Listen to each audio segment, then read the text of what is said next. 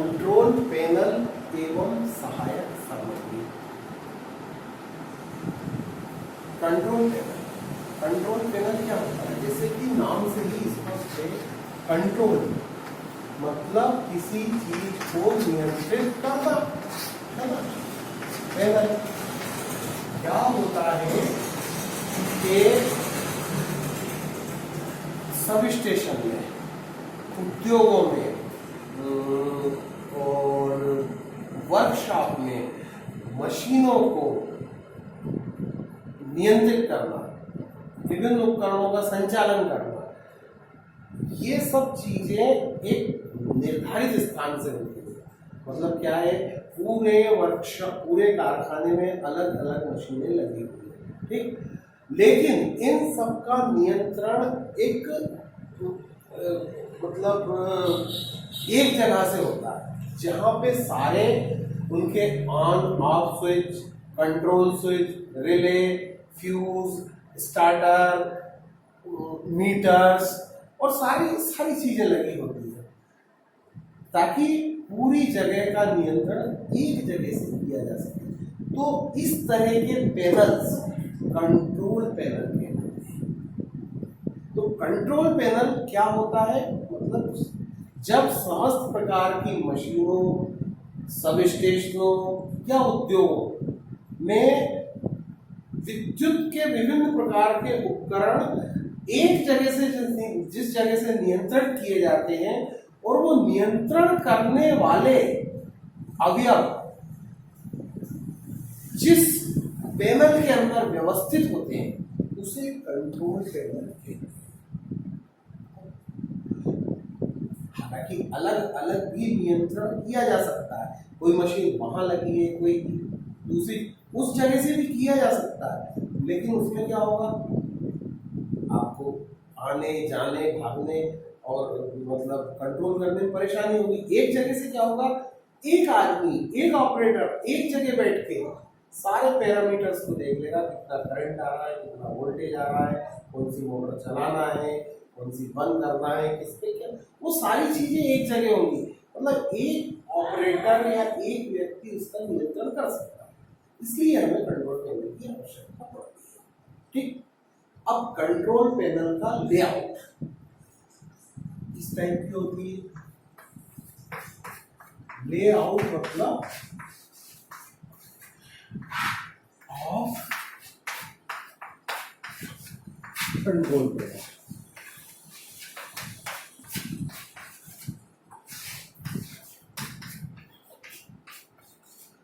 किस तरह की होती है कंट्रोल पैनल? तो कंट्रोल पैनल कैसी होती है, इसका एक डायग्राम मैं आपको बताता हूं, है ना।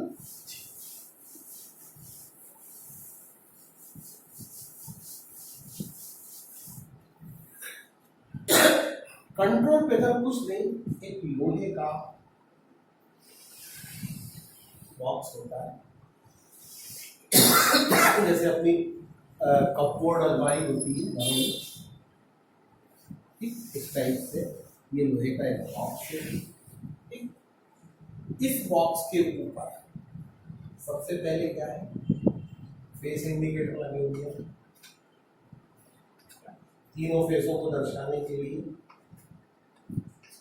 ये कि इसके अंदर इनपुट 3 फेस का आ रहा है कि नहीं। इसके बाद वोल्ट मीटर,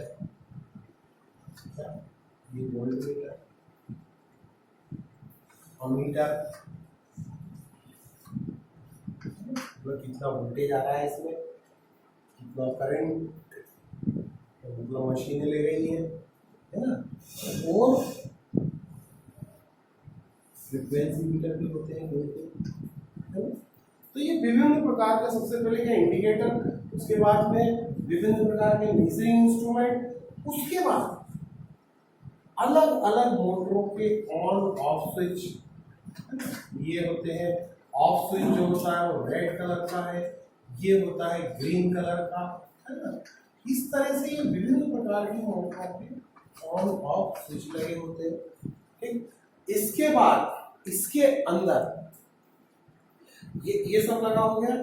इसके बाद इसके अंदर ये ये इस तरह से एक केबल ये होती है, ये इनपुट केबल, इनपुट मतलब जहां से इसको सप्लाई मिलती है पूरी तरह। और उसके बाद फिर विभिन्न मोटरों, विभिन्न सर्किटों की आउटपुट केबल्स, जो कि अलग अलग मोटरों, अलग अलग यंत्रों, तो ये आउटपुट्स केबल है, आउटपुट्स केबल्स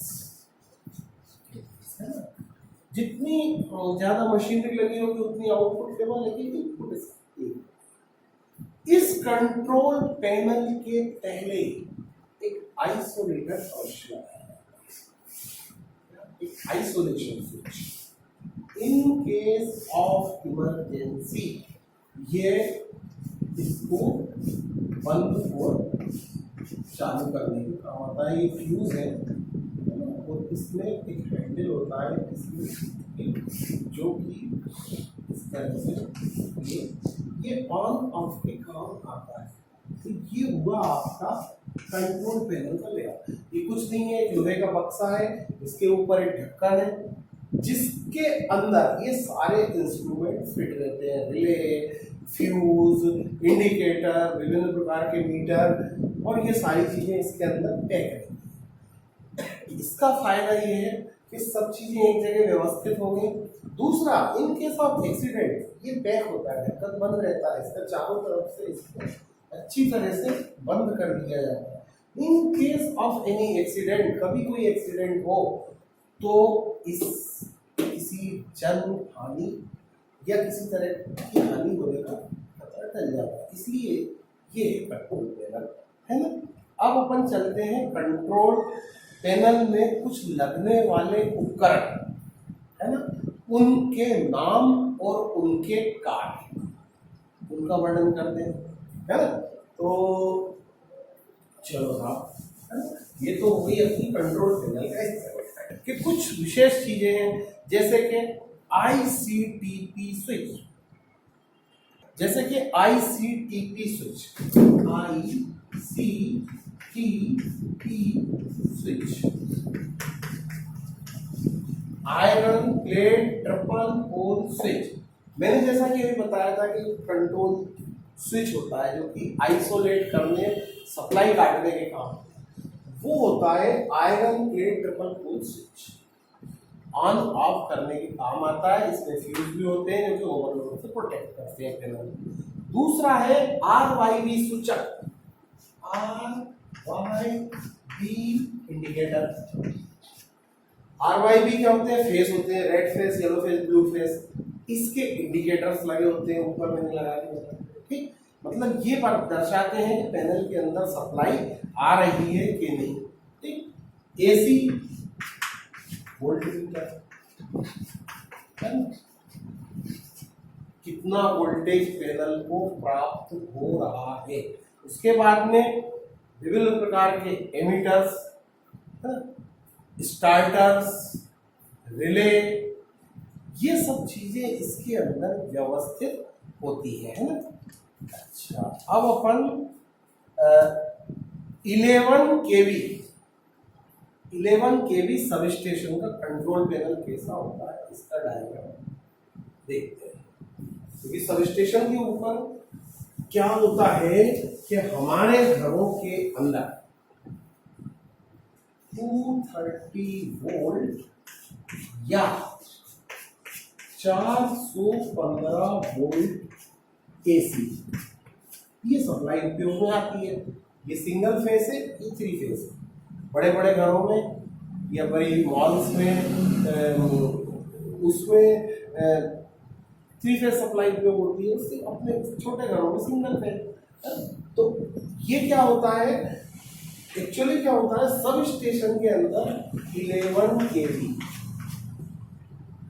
सप्लाई आती है, 11,000 किलो वोल्ट का करंट आता है, जो कि घरों में उपयोग नहीं हो सकता।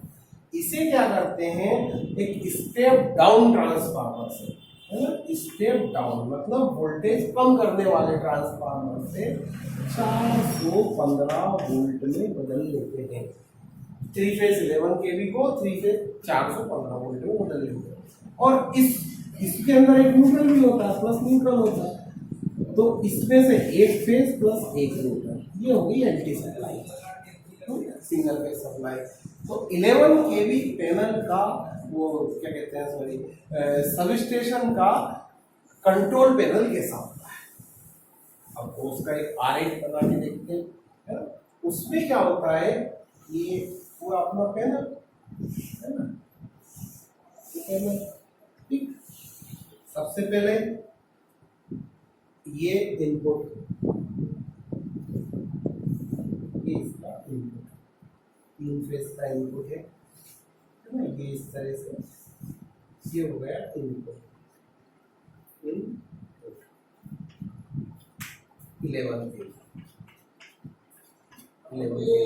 ठीक। इसके 3 इंडिकेटर, ये इनपुट साइड में 1 2, इस पैनल के 2 भाग, इनपुट साइड कंट्रोल और ये आउटपुट साइड। इनपुट साइड के इंडिकेटर, इनपुट साइड का वोल्टमीटर, इनपुट साइड का एमीटर, इनपुट साइड का फ्रीक्वेंसी मीटर, इनपुट साइड की रिलेज, ओवरलोड रिलेज, है ना, सेफ्टी डिवाइसेस, है ना, ये सब इस साइड है। मतलब अपनी 11 केवी सप्लाई तीनों आ रही है कि नहीं, कितना वोल्टेज आ रहा है, कितना करंट दे रहा है, कितनी उसकी फ्रीक्वेंसी है, as well as power factor meter दे रहा है, ठीक। तो ये सब, और दूसरी है आउटपुट साइड, इसमें क्या होता है, सप्लाई बाहर जा रही है, क्या ये जा रही है 415 वोल्ट एक, इसके भी सेम तरह से 3 इंडिकेटर होंगे, तीनों फेज जनरेट हो रहे हैं कि नहीं, ठीक। उसके बाद वोल्ट मीटर होगा, इसमें एमीटर भी होगा, फ्रीक्वेंसी मीटर भी होगा, पावर फैक्टर मीटर भी होगा, पीएफ मीटर भी होगा, है ना, ओवरलोड रिले भी होंगे, है ना, कहीं ओवरलोड हो रहा है तो ये रिले ट्रिप करके सप्लाई को बंद कर दें, तो इस तरह से ये होता है 11 केवी सब स्टेशन का कंट्रोल पैनल। एक ऑपरेटर होता है जो कि इसके पास रहता है और इन डाटा की मॉनिटरिंग करता है। किसी भी प्रकार की परेशानी आने पे वो इस पैनल को बंद कर देता है, या ये पहले तो ऑटोमेटिक ट्रिप हो जाएगी, जब ट्रिप नहीं होती या किसी भी इमरजेंसी में ऑपरेटर इसको मेंटेन करता है। तो ये हो गई 11 केवी सब स्टेशन का कंट्रोल पैनल, ठीक। अब अपन कंट्रोल पैनल, अब अपन 2 चीजें आती हैं जब इलेक्ट्रिकल कंट्रोल की बात करते हैं। जैसे कि थोड़ी देर के लिए मान लीजिए स्टार्टर ही है, ठीक। स्टार्टर के अंदर 2 परिपथ होते हैं, एक पावर सर्किट, एक कंट्रोल सर्किट। इनमें क्या अंतर होता है, क्या होता है, इसके बारे में थोड़ा सा बता देते हैं। तो आप देखिए, control circuit and power circuit, ये है कंट्रोल सर्किट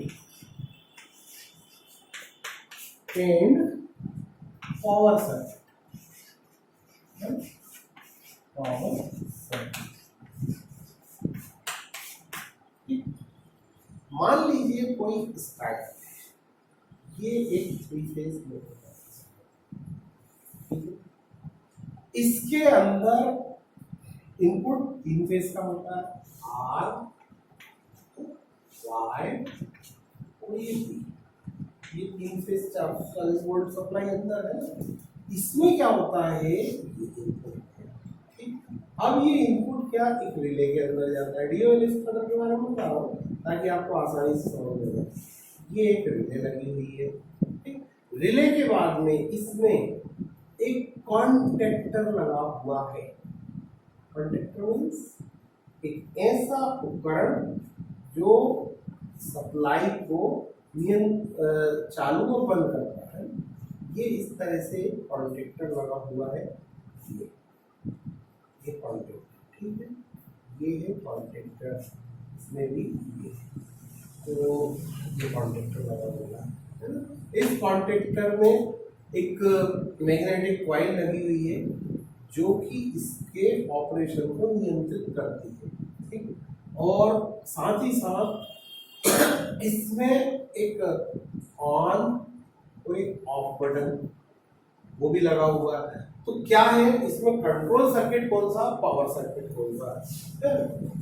और इनसे ये निकलते ये सप्लाई ये मोटर को जाती है, ये टू मोटर को जा रही है। तो ये जो 3 फेज सप्लाई इसमें आई रिले की थ्रू कंडक्टर से होती हुई मोटर में गई, तो ये तो इसका हुआ पावर सर्किट। मतलब पावर सर्किट के रास्ते में कहाँ रिले है, कहाँ कंडक्टर है और कहाँ मोटर है, तो ये तो हो गया पावर सर्किट। अब हुआ कंट्रोल सर्किट। कंट्रोल मतलब इस पावर सर्किट को नियंत्रित करने वाला सर्किट।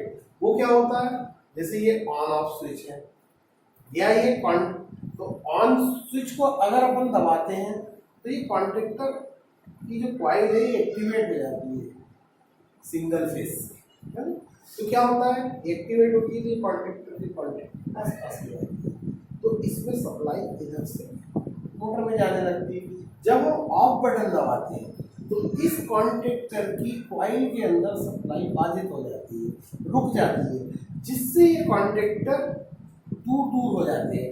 मतलब ये मोटर को सप्लाई रुक गई और ऑन करने पे फिर चालू हो गई। तो इसको नियंत्रित करने वाला जो सर्किट होता है, जो कि सिंगल फेज सप्लाई से होता है नियंत्रण, वो कहलाता है कंट्रोल सर्किट। उसका मोटर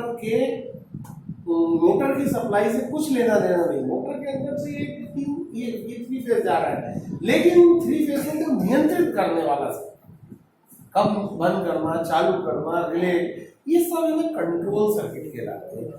अब अपन कंट्रोल सर्किट जो होते हैं बड़े बड़े सब स्टेशन में या बड़े बड़े उद्योगों में, उनमें कुछ विशिष्ट प्रकार की चीजें उपयोग की जाती है, ठीक। तो उन चीजों का वैसे तो इसमें सब आ गया, लेकिन एक बार फिर से अध्ययन कर लें। जैसे कि आइसोलेटर, नाम सुना होगा आइसोलेटर,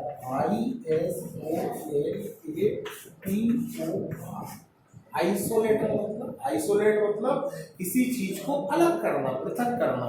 आइसोलेटर वो स्विच होता है जो सप्लाई को पैनल से बिल्कुल बंद करता है, पैनल में सप्लाई नहीं आने देता। अपन किसी भी रिपेयरिंग या किसी भी मरम्मत का कार्य जब करते हैं तो आइसोलेटर को ऑफ कर देते हैं, मतलब पैनल के अंदर किसी प्रकार की कोई सप्लाई नहीं, वो स्विच कहलाता है आइसोलेटर।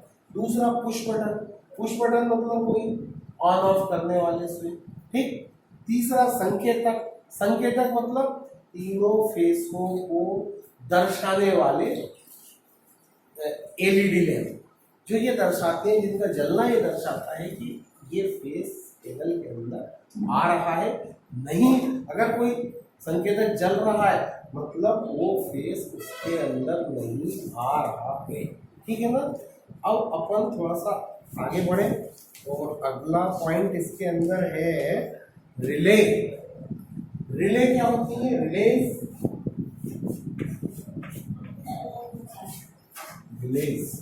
रिले होती हैं सुरक्षा युक्तियां।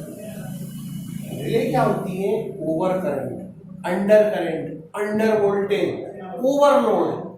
मतलब जब वोल्टेज जरूरत से ज्यादा आ रहा हो, कम आ रहा हो, ज्यादा करंट ले रहा हो पैनल, या उस स्थिति में मोटर या मशीन का कनेक्शन बाधित कर देती है स्वतः ही, जिससे कि वो मशीन या मोटर खराब होने से बच जाती है। ये होती है रिलेज, ठीक। अब रिले कई तरह की होती है, मैग्नेटिक रिले भी होती है, थर्मल रिले भी होती है। मतलब क्या होता है, जब मतलब कोई फॉल्ट आता है मशीन के अंदर, तो थर्मल रिले क्या करती है, गर्म होके थर्मोस्टेट के प्रिंसिपल पे रिले के द्वारा मशीन से सर्किट का कनेक्शन काट देती है। और मैग्नेटिक रिले एक्टिवेट जब होती है तो उसमें क्या वायर होती है, जैसे इसमें है, उसमें मैग्नेट बनता है फॉल्ट की स्थिति में, और उसका संपर्क मशीन सर्किट से काट देती है ना।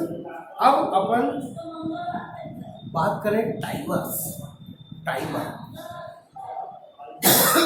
कंट्रोल पैनल के अंदर टाइमर्स भी लगे होते हैं। टाइमर क्या होता है? टाइमर मतलब एक निश्चित समयावधि के बाद किसी मशीन को चालू करना या बंद करना, ये काम होता है टाइमर का। टाइमर क्या होता है, जैसे कि कोई किसी उद्योग में किसी मशीन को इस एक निर्धारित मशीन के 15 मिनट बाद चालू करना है, तो उन सर्किट में टाइमर लगा दिया जाएगा। उस कंट्रोल पैनल में टाइमर भी होगा। टाइमर क्या करेगा, एक मशीन स्टार्ट होने के ठीक 15 मिनट बाद दूसरी मशीन को स्टार्ट स्वतः कर देगा। ये काम होता है टाइमर का, है ना, या बंद करने का। टाइमर मतलब एक ठीक। अच्छा, दूसरा लिमिट स्विच। लिमिट स्विच क्या हुआ? लिमिट स्विच जनरली क्या है, जैसे कि आपकी घरेलू उपयोग में देखिए वॉशिंग मशीन होती है अपने घर में, है ना। जैसे ये इसका ऊपर का ये डोर है ना? ये वॉशिंग मशीन है। अगर इसका ऊपर का डोर आप चालू स्थिति में खोलेंगे तो मशीन बंद हो जाती है। क्यों हो जाती है? नहीं, इसके अंदर कोई हाथ ना डाल दे, कोई दुर्घटना ना हो जाए, लेकिन तो बंद कैसे होती है? क्या होता है इसके अंदर, जैसे ये मशीन का आपने ढक्कन खोला तो इस ढक्कन के पास एक लिमिट स्विच लगा होता है। लिमिट स्विच मतलब इस ढक्कन को खोलते ही लिमिट स्विच की जो रॉड होती है वो ढक्कन से टकरा गई। टकराने के बाद क्या हुआ कि ये लिमिट स्विच कंट्रोल सर्किट का कनेक्शन पावर सर्किट से कंट्रोल सर्किट एक्टिवेट हो जाएगा और पावर कनेक्शन कट जाएगा, मतलब ये मोटर बंद हो जाएगी। इसी तरह उद्योगों में भी लिमिट स्विच का बहुत उपयोग होता है। एक निर्धारित समयावधि के बाद ये स्विच एक्टिवेट हो जाते हैं और मशीन को बंद कर देते हैं। इनका भी अपनी जगह बहुत महत्व होता है, ये लिमिट स्विच कहलाते हैं। तो इस तरह से ये होते। दूसरा लग्स क्या होता है? LUGES लग्स का मतलब होता है केबल कई वायर रहते हैं उसके अंदर। उन अलग अलग वायरों में मल्टी स्ट्रैंड वायर रहते हैं, कनेक्टर। लेकिन जब उन्हें हम उनके ऊपर एक खोल, धातु का खोल, इस तरह से ये धातु का खोल, ये होलो रहता है खोला, इसको इसमें इस खोल को इसके अंदर केबल के वायर को पिना दिया जाता है, इसके ऊपर डाल के, और उसको है ना क्रिम्पिंग मशीन से इस तरह से क्रिम्प कर दिया जाता है, दबा दिया जाता है, जिससे कि लूज कनेक्शन होने के चांस खत्म हो जाते हैं। ये कहलाता है लग्स। ये तांबे के और कॉपर के दोनों धातुओं के बने होते हैं। ठीक है, अब अपन बाकी तो सब पैनल के विभिन्न अवयव और उपकरण होते हैं। जैसी जरूरत वैसे उपकरणों का उपयोग करते हैं। मतलब बेसिक ये है, कंट्रोल पैनल एक ऐसा कंट्रोल सिस्टम है कि एक जगह बैठ के कोई भी ऑपरेटर पूरे प्लांट को, पूरी मशीनरी को ऑपरेट कर सकता है।